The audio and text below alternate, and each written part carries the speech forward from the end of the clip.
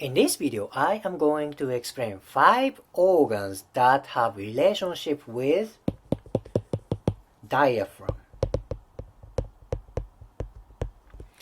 The first thing is heart.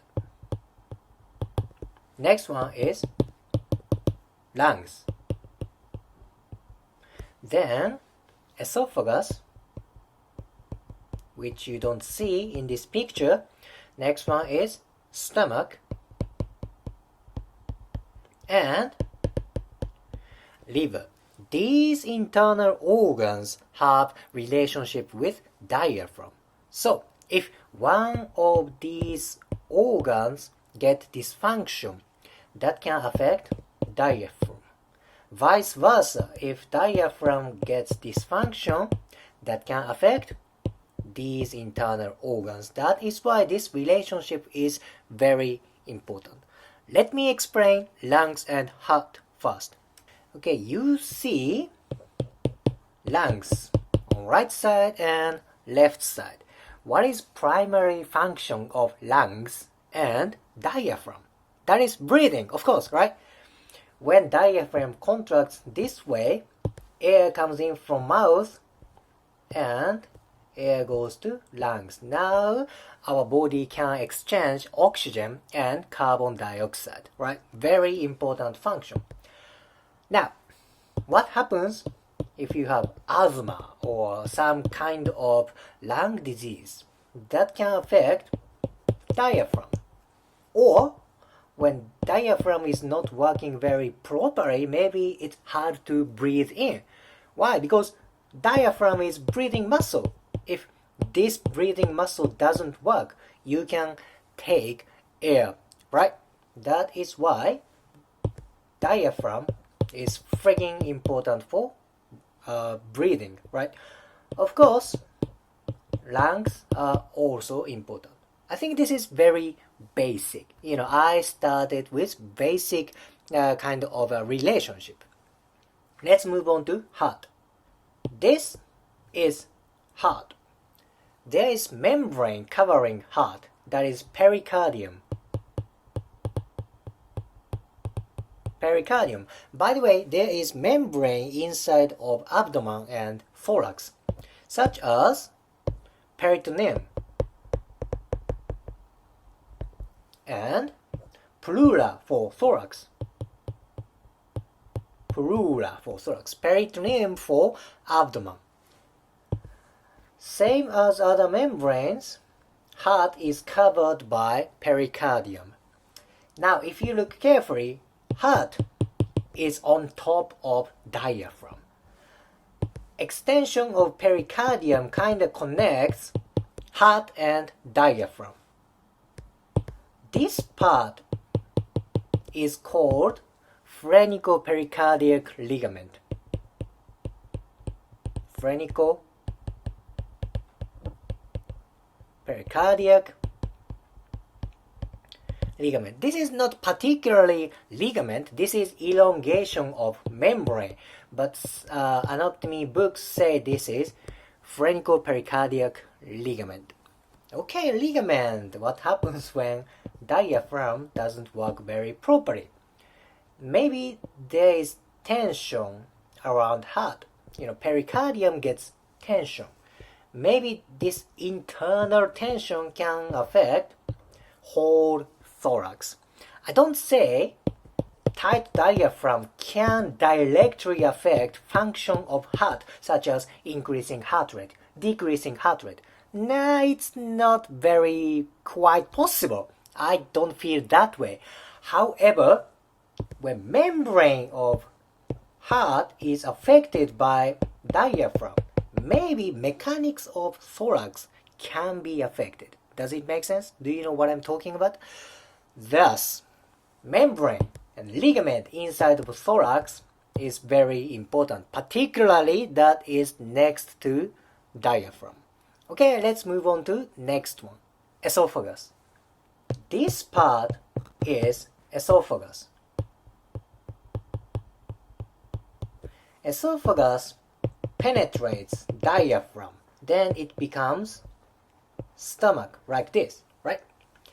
Again, Esophagus penetrates diaphragm. Again, what happens when diaphragm gets tight? That may affect esophagus. Vice versa, what happens if you have a digestive system problem, particularly around this area? That can affect diaphragm. It is very common that this part gets stressed. Now what can be happened? Gastroesophageal reflex, right? Very common symptoms around diaphragm and esophagus. Now that can affect diaphragm. Then that can affect breathing. Again, this is freaking important thing, so I have to keep repeating. Esophagus penetrates diaphragm. Thus, that can affect diaphragm and breathing. Okay, I just talked about esophagus, so let me explain stomach. Okay, heart is removed. Diaphragm is removed. Imagine there is diaphragm on top of stomach and liver. Same as heart. Stomach is connected to diaphragm. This ligament, membrane, is called gastrophrenic ligament. Gastrophrenic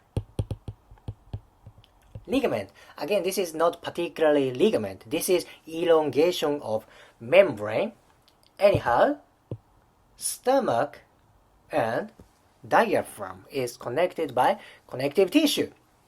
When you have a problem for stomach, that can affect diaphragm. Of course, vice versa, diaphragm can affect stomach. Very simple thing.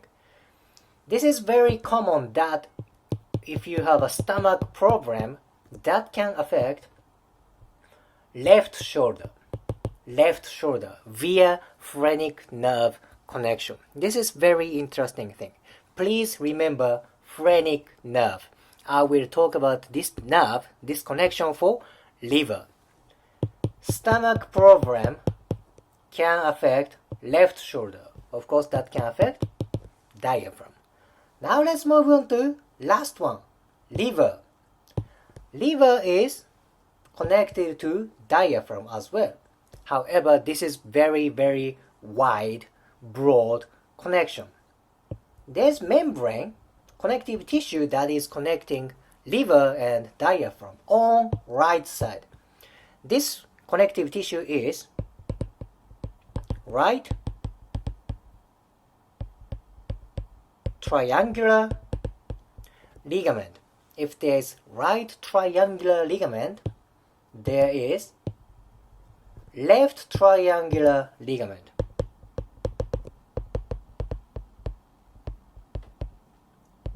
Left triangular ligament. And there is one more broad connective tissue. It runs like this. This is coronary ligament. Coronary ligament. Look at that. Right triangular ligament, coronary ligament, and left triangular ligament. Liver is connected to diaphragm very, very widely. Again, what did I say about stomach and shoulder? Stomach can affect left shoulder via phrenic nerve.